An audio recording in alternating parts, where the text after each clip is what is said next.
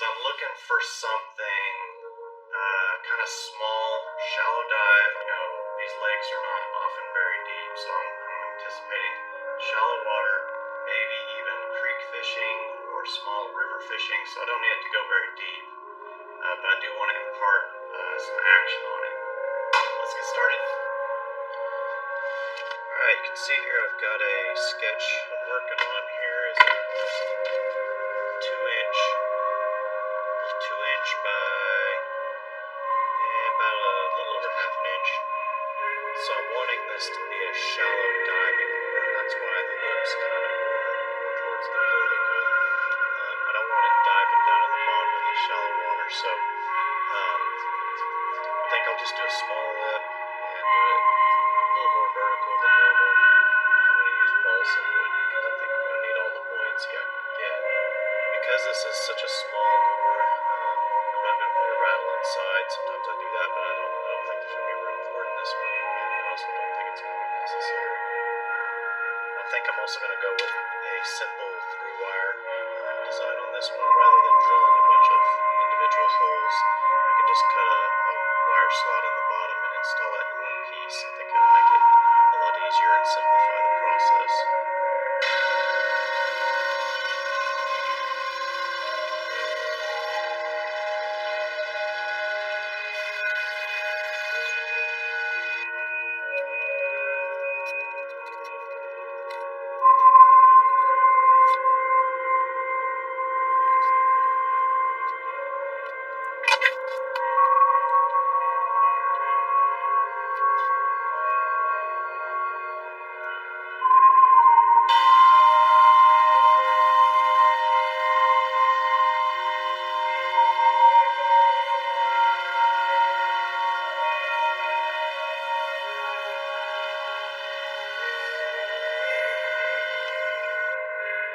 Because this wood is so soft, I'm actually going to sand this thing by hand.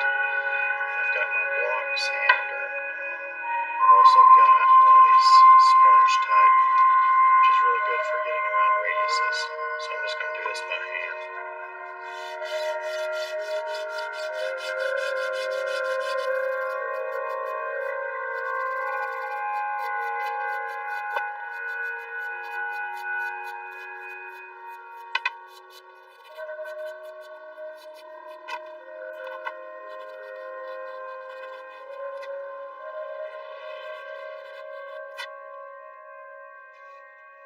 It does not take much.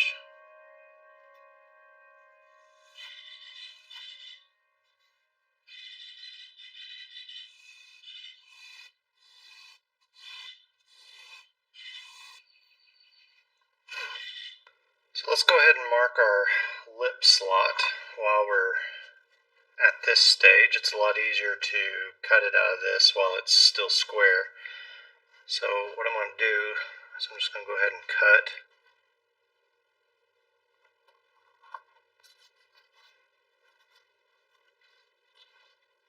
Got that marked at a 20-degree angle.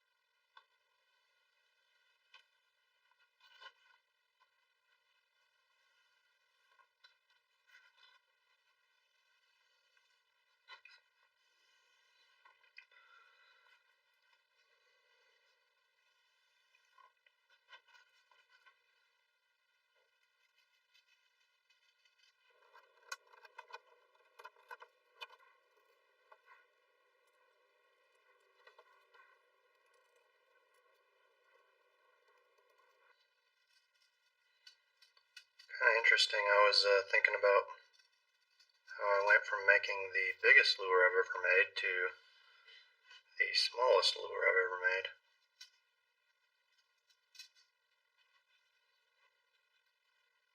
This is a really different kind of wood. It's kind of like a styrofoam maybe. Just really light, really soft.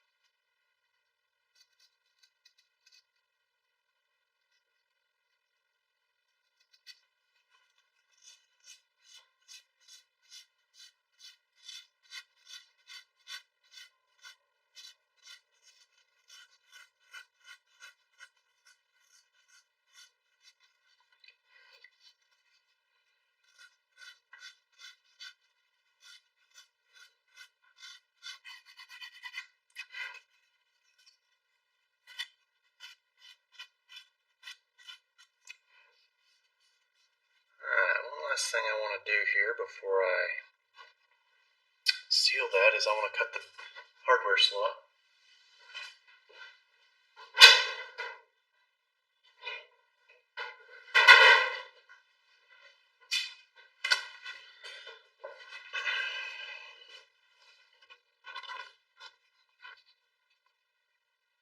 I'd probably better at least put a mark.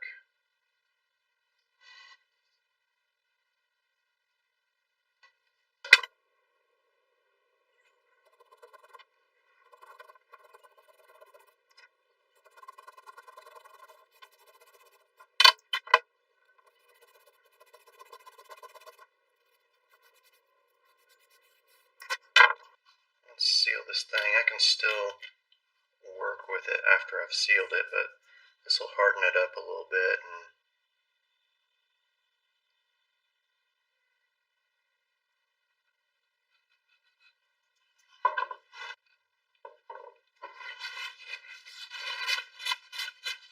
I'm using 0.041 stainless steel wire, which is probably a little bit heavy for these lures, but I didn't want to order a completely different batch just for these, so I think we can make it work.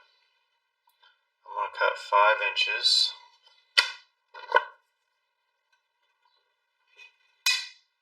We're going to put a loop over here, down, and then back out. And then I've got a tool here for bending this little wire. When I'm making a loop down at the bottom, I bend it out so it looks like that, right? And I bend it out a little ways, and then I flip my pliers.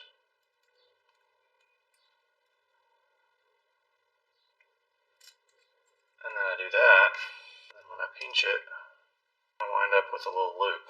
You can see where I had that first kick out, and then I wrap around. That's how I make that shape. And you just work with your pliers and clean it up a little bit. This takes a little practice like anything else. Keep manipulating it until you get it kind of where you want it.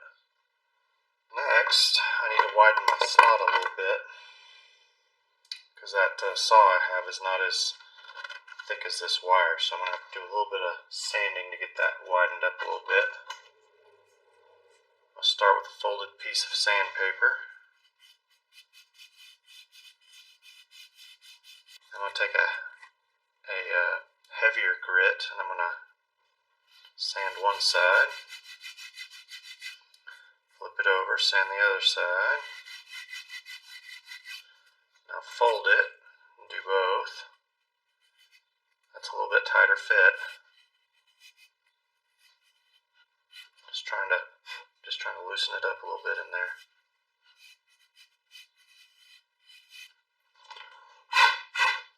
Okay.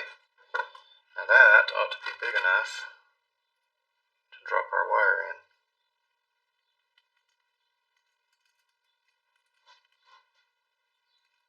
Okay.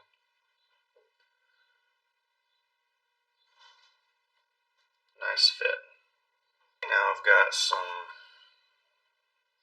baking soda, which I've put into a folded up piece of paper. And that allows me to get that baking soda right in there, and what I'm going to do is I'm going to tack the front end first.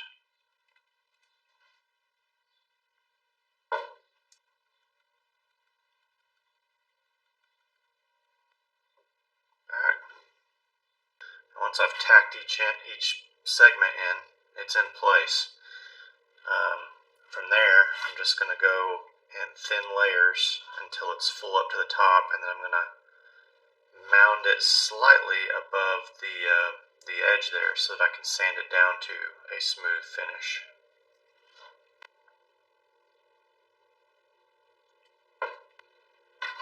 Alright, so once I've got all that on there, and I've got it mounded up just like I was talking about, now I'm going to seal the rest of the lure. I'm just going to put some super glue over the rest of the body.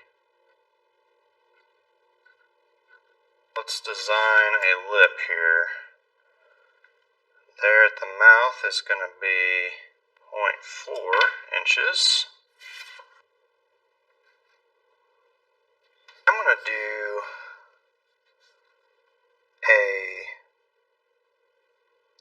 I don't know, I think I'm going to do a coffin shaped bill. I kind of like that. To me, it's kind of a hybrid between a square bill and a round bill. Let's take a look at that, see if we can see.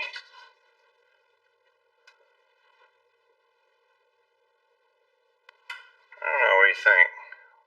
It could be a hair long, but I want a little bit of hook protection too, you know, as it noses down slightly.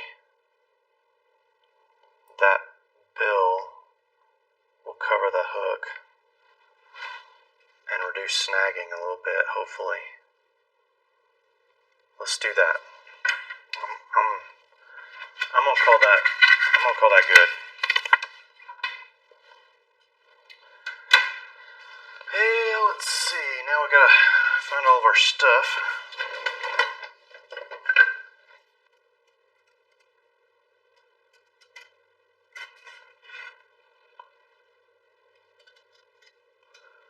I don't think I told you yet, but this is a 1/16 inch thick polycarbonate.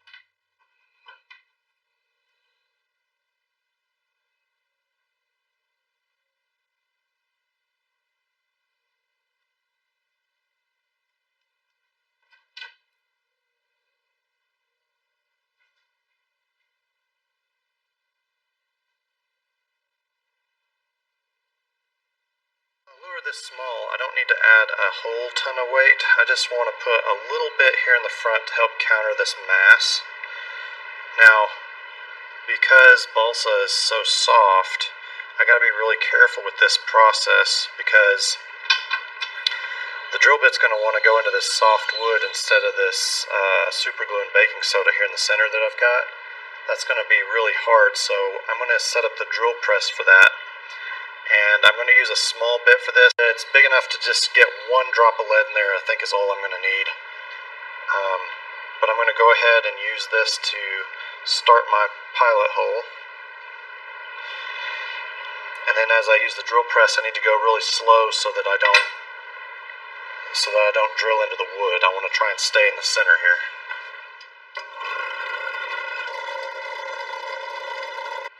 So that's a pretty hard hole to drill because of the softness of the wood and the hardness of the center line. But if you go really slow and you apply really slow, even pressure, you can get a reasonable hole in there that you can get a single drop of lead in.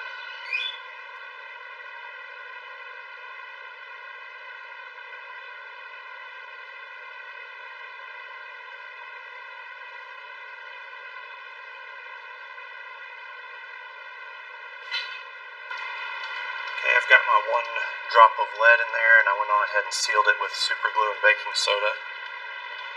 I'm going to hang my little hooks on it.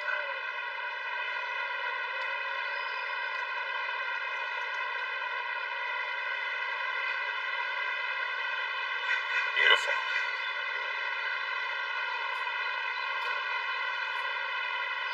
That's just beautiful.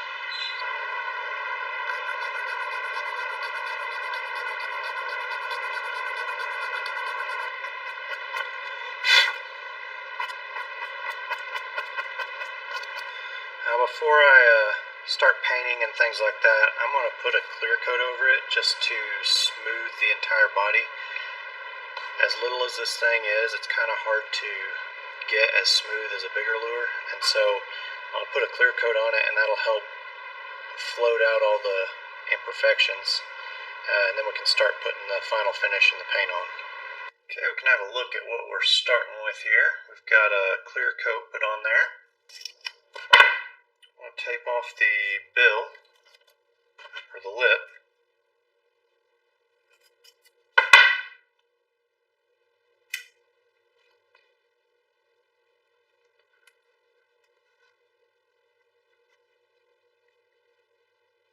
Okay, now once I've got the lip taped off, I'm going to put it back in my clamp. It makes a nice easy stick to hold on to while I'm painting, but also I'm going to want a clear coat after I paint, and this keeps me from having to touch the paint. So get in there nice and tight, and then it's ready to paint. Okay, we're going to try a little bit different technique for this lure. I've got these layers of cardstock drawn off. What I'm going to do is I'm going to cut them out, and then I'm going to stack them up in order, and that creates a relief that I can glue onto the face of the lure. And then when I put foil over it, I should have these details below it. It'll make sense as we go. First step is to cut these out.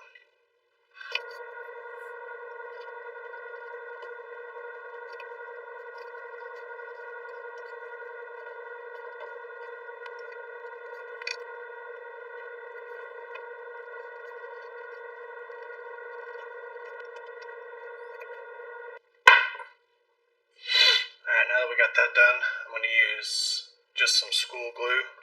The reason I'm using this glue is because it's got moisture in it, and what it'll do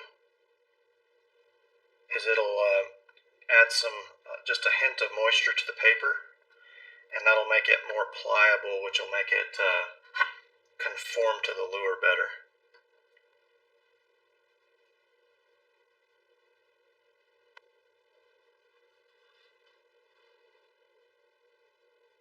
There's a step at each one of these layers. That'll become really apparent once we put the foil on. Put it into place, and I'm going to start kind of forming it around the face.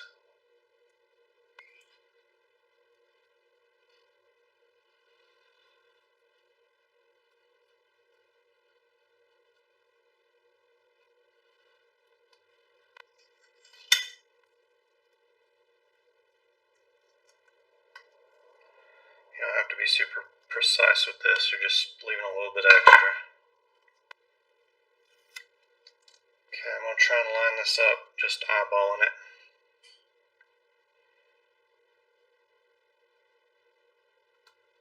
Okay, and I'm going to smooth down that center line.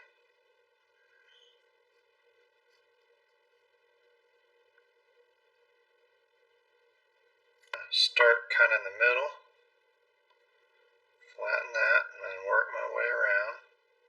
If it creases, that's okay. Don't worry about it. I'm just going to get it laid down. Okay, now as I get to the head here, you see I've got a problem with my foil and my lip. So I'm gonna cut on either side of the lip there, which will allow me to fold that foil down on either side.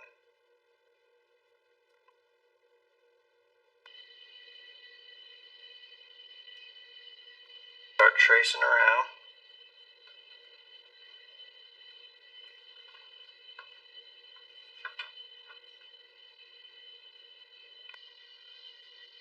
Alright, but we're not done yet. We're going to add a little bit more detail. First thing I'm going to do is I'm going to hold my template over there and I'm going to score on the lateral line.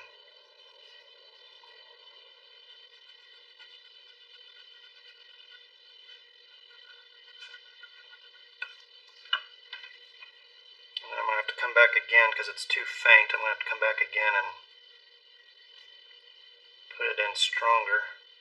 I'm going to roll on the scale pattern because this diamond pattern is a lot smaller than my mesh that I normally use. And I think that'll be a better scale of what we're looking for. Okay, now that we're done with that, we're going to flip it over and do the other side. Okay, we've got our clear coat over our foil here, so everything should be smoothed off nicely. I've taped off the lip, and I'm going to start with some opaque white on the top and bottom to cover all the seams.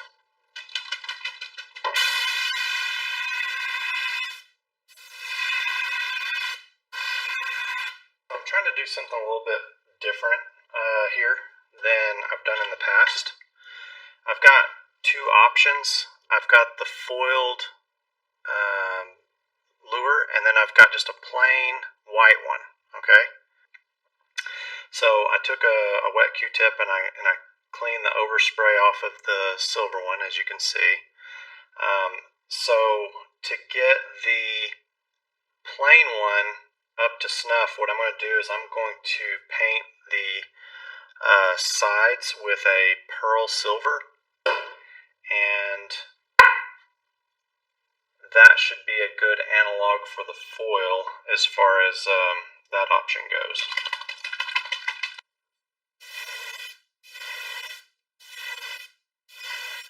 While it's obviously not a chrome silver, it does give it a kind of a shiny quality that I'm looking for as an underlayment base coat.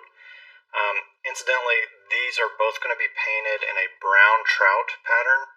I didn't mention that earlier, but there's going to be a slightly different approach of how I paint each one of these based on whether it's got foil or not. So that ought to be interesting for you to see the contrast between the two. They're not completely different, but there's a few little steps that might be different. Kind of planning ahead a little bit here. I'm going to go ahead and put some of this pearlized silver over the top of the foiled lure as well. So I've already got it in my brush. I'm going to put some opaque yellow on the bellies.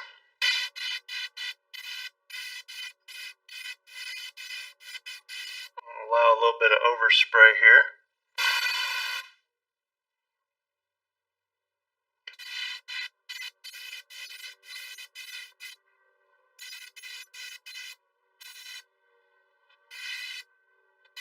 That yellow is pretty bright for a brown trout, so what I'm going to do is I'm going to go over that with a little bit of pearl satin gold.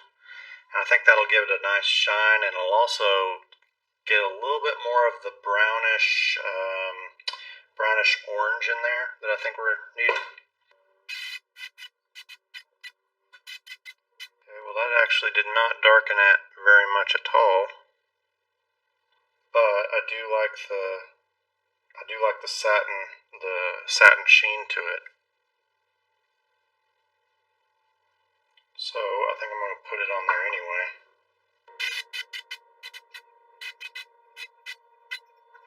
This is the finest mesh that I've got, so I'm going kind of stretch that over the back here.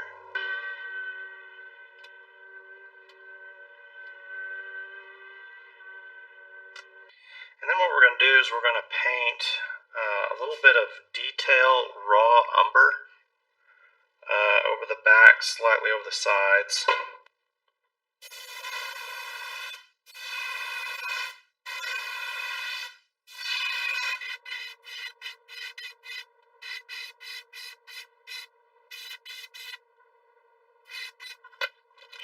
Okay, we're going to dry that really good, and then we can take our mesh off.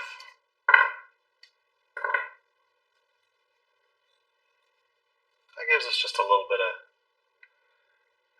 interest on there, but I am going to go back again over the back and kind of darken that stripe up a bit.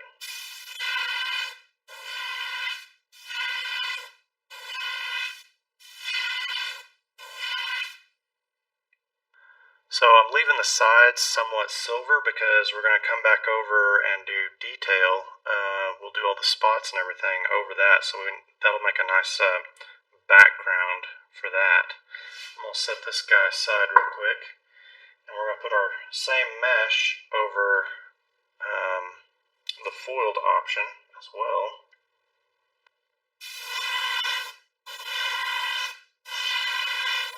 Alright, let's put some eyes on there. I don't have just a huge variety here, but I think what I'll do is I'll go with these that have a little bit of brown in them.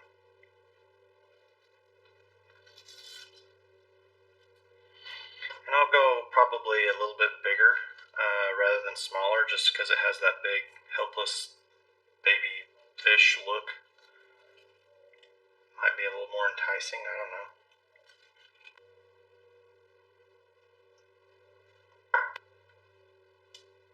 Watched this channel for any length of time, you know I don't trust these self-adhesive eyes.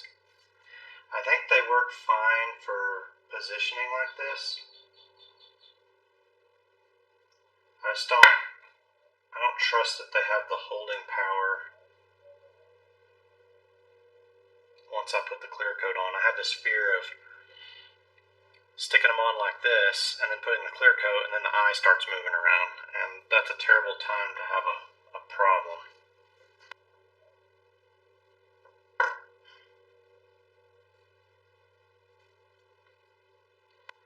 Okay, so anyway, back to the glue. What I'm going to do is I'm going to put a little dab on the end of my X-Acto blade here. And what I want to attempt to do is to get it to go behind the eye. Just like that. See, that worked great. We're going to put a clear coat over this thing before we add detail onto it. And to do that, I'm going to remove the tape from these lips here, and I'll clear coat all the way up to that. I'm not gonna bore you with clear coating. Clear coating's pretty straightforward. You've seen it before. I'll cut that part out just for time's sake, but I think layering your paints and your clear coats goes a long way to giving you some depth of detail, and it also is sometimes necessary. For example, when I've got the foil, you need to clear coat that before you paint it. It just makes it look so much smoother and nicer to do it that way. It's time to put the spots on our brown trout, and I'm going to start with this pearlized silver.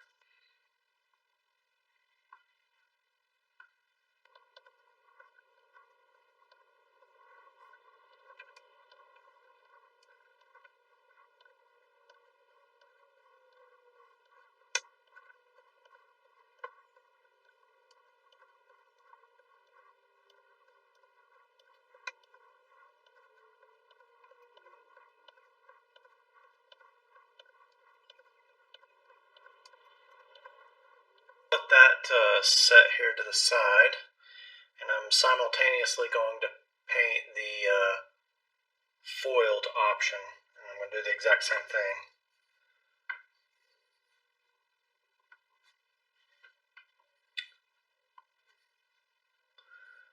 Yeah, except on this one, since we have so much more foil, I think I'm just going to do these in the yellow and the brown areas.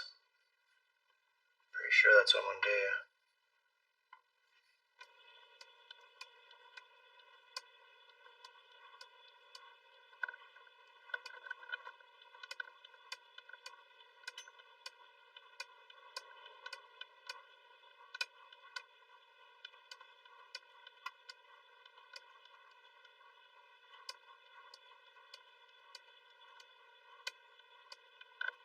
So next I'm going to do the orange spots, and for that I'm going to do iridescent scarlet, and I'm going to go down a couple of sizes on these embossing tools so that this dot of paint will fit inside of that dot of paint.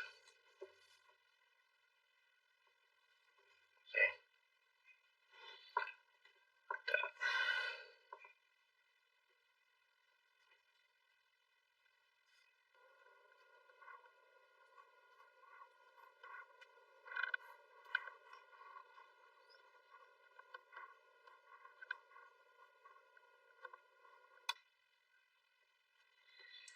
I'm going to go kind of random on that.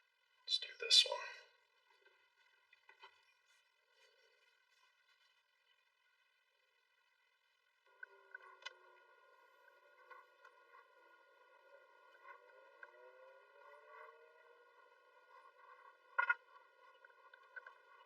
The last one we're going to do is detail raw umber.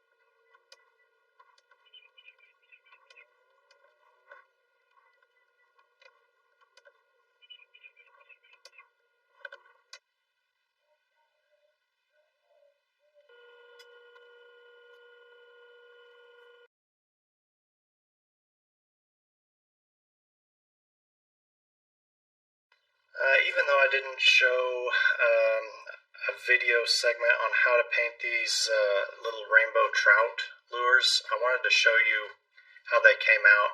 I felt like it was a little bit redundant since I already did the 12-inch glide bait and a rainbow trout pattern. It's pretty much the exact same process, but on a smaller scale. But at any rate, I wanted to have a collection of 3 different kinds of trout. And I thought these came out pretty nice, actually. So I just wanted to show them so you can see how they turned out. But if you want to know how to paint them, it's kind of like the 12-inch glide bait video I did. So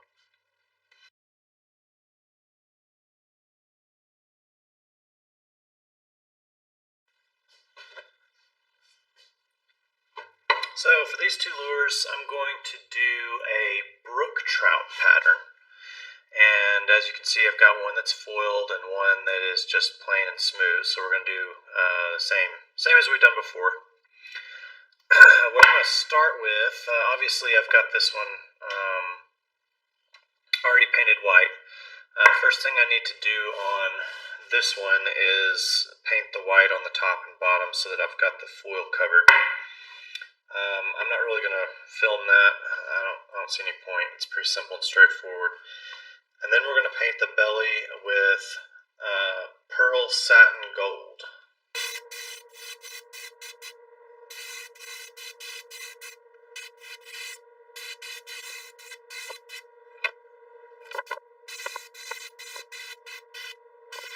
Detail moss green, one of my favorites. Take that one. That one flows. I forget every time. This one flows pretty quick, so.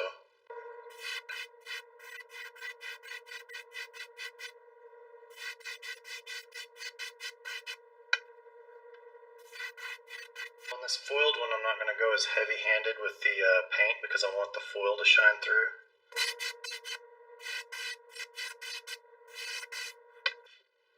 So you'll notice I'm kind of going back and forth between the two. I'm allowing a little bit of time to dry so that I can layer it up and avoid the poolings. Yeah, that's looking about right.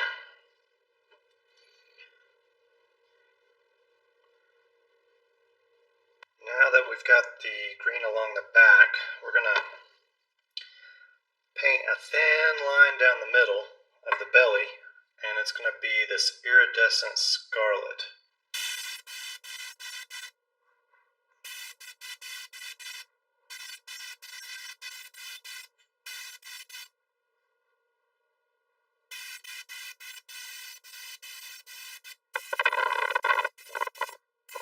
So from here, I'm going to put a clear coat on it, on both of these, and that'll set us up for doing the next set of colors. But this is basically the foundation for the brook trout. The first color I need is kind of a sage type color to go on the back. So I'm going to do a little bit of a blend of opaque white and detail moss green to get the color I need. Let's do 2 drops of green, 1 drop of white. That may be about right.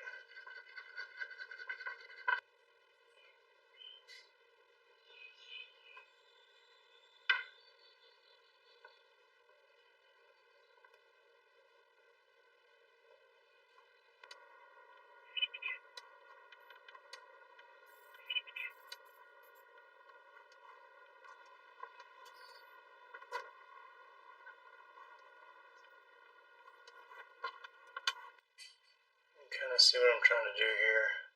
Just trying to create a little bit of that similar pattern that you see on the back of a brook trout.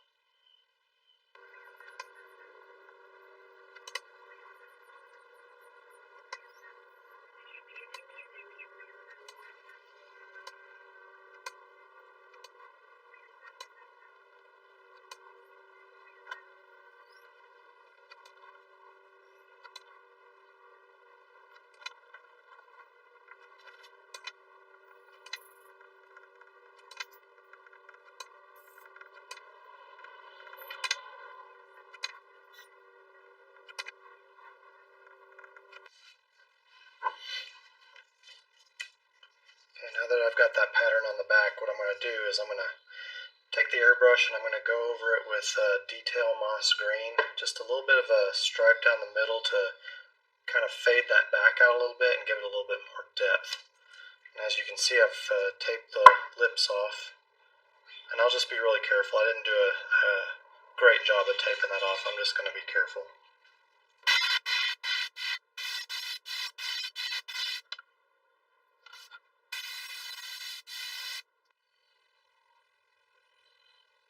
It just gives it a little bit of variation, makes it a little bit more interesting. Okay, I'm going to do a few spots with iridescent electric blue. And we're just going to do a few kind of down the side here. And we're going to try and stay kind of just above the yellow.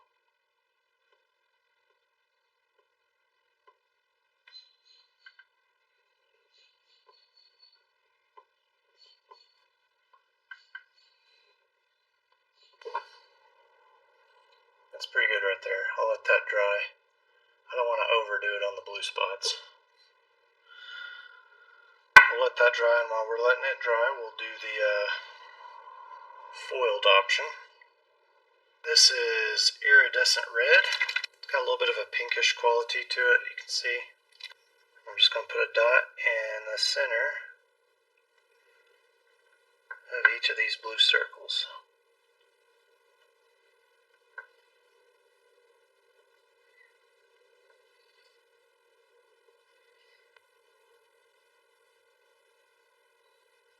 we're going to finish it off with spots of pearl satin gold.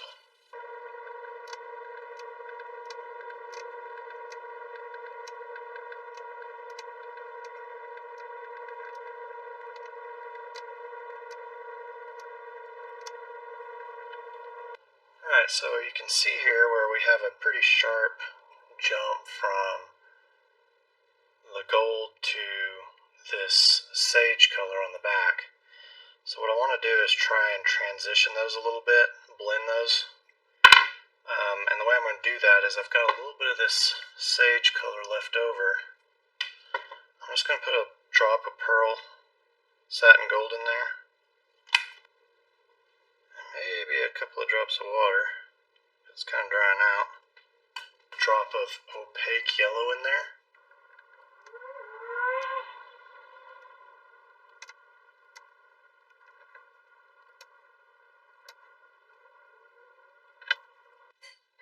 Yeah, maybe a subtle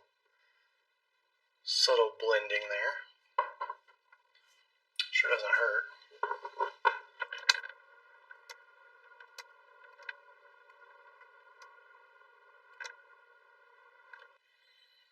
Yeah, I think it blends it just a hair.